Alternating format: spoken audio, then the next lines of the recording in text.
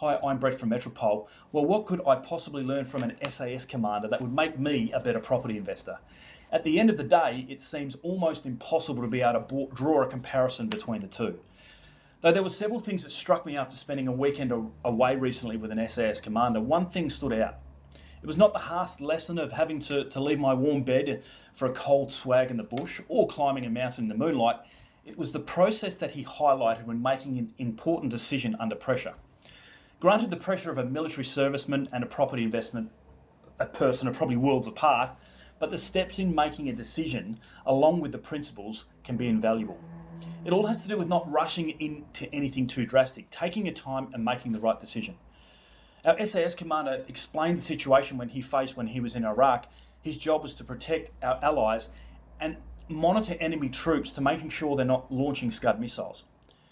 He wakes up one morning to find that in the distance there's a structure that has been risen through the haze.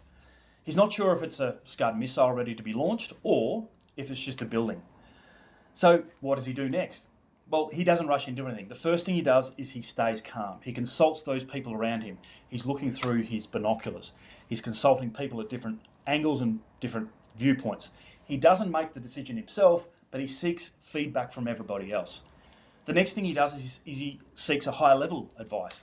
Literally, he's looking for people who are flying above the Air Force if they can find anything and find out what in particular this is. While he's making those decisions, he knows he's got about 10 minutes to make his final decision before a Scud missile could potentially be launched.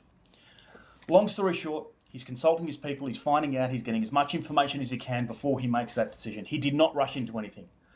Finally, as the morning haze lifted, it worked out it was simply another building. Crisis, and international crisis more importantly, averted. So how do we learn from that, and how can we do that with property? And particularly at the moment, the last decade or so, there hasn't been a lot of pressure on property investors. Interest rates have been low, properties have been easy to hold. But as interest rate rise, inflation rises, and media attention and scrutiny continues to claim property prices are going to crash, pressure is beginning to mount. I know people who have already made decisions on what they're going to do with their property prior to anything happening. They've rushed in and panicked. I know people who have sold up because of the Queensland land tax, when 2 weeks ago that land tax is now going to be abolished.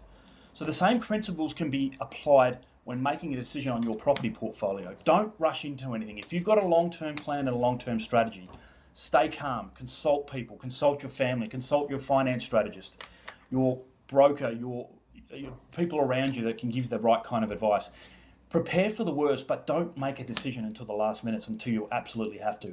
I know hundreds of people who have made a decision to sell because prices might rise or the land tax may come, when in fact it's not even going to affect them. So that's my advice for today. Take the advice of an SAS commander. If you're going to make a decision under pressure, stay calm, consult people around you, and make the decision as late as possible to avoid all crisis. Thanks for watching.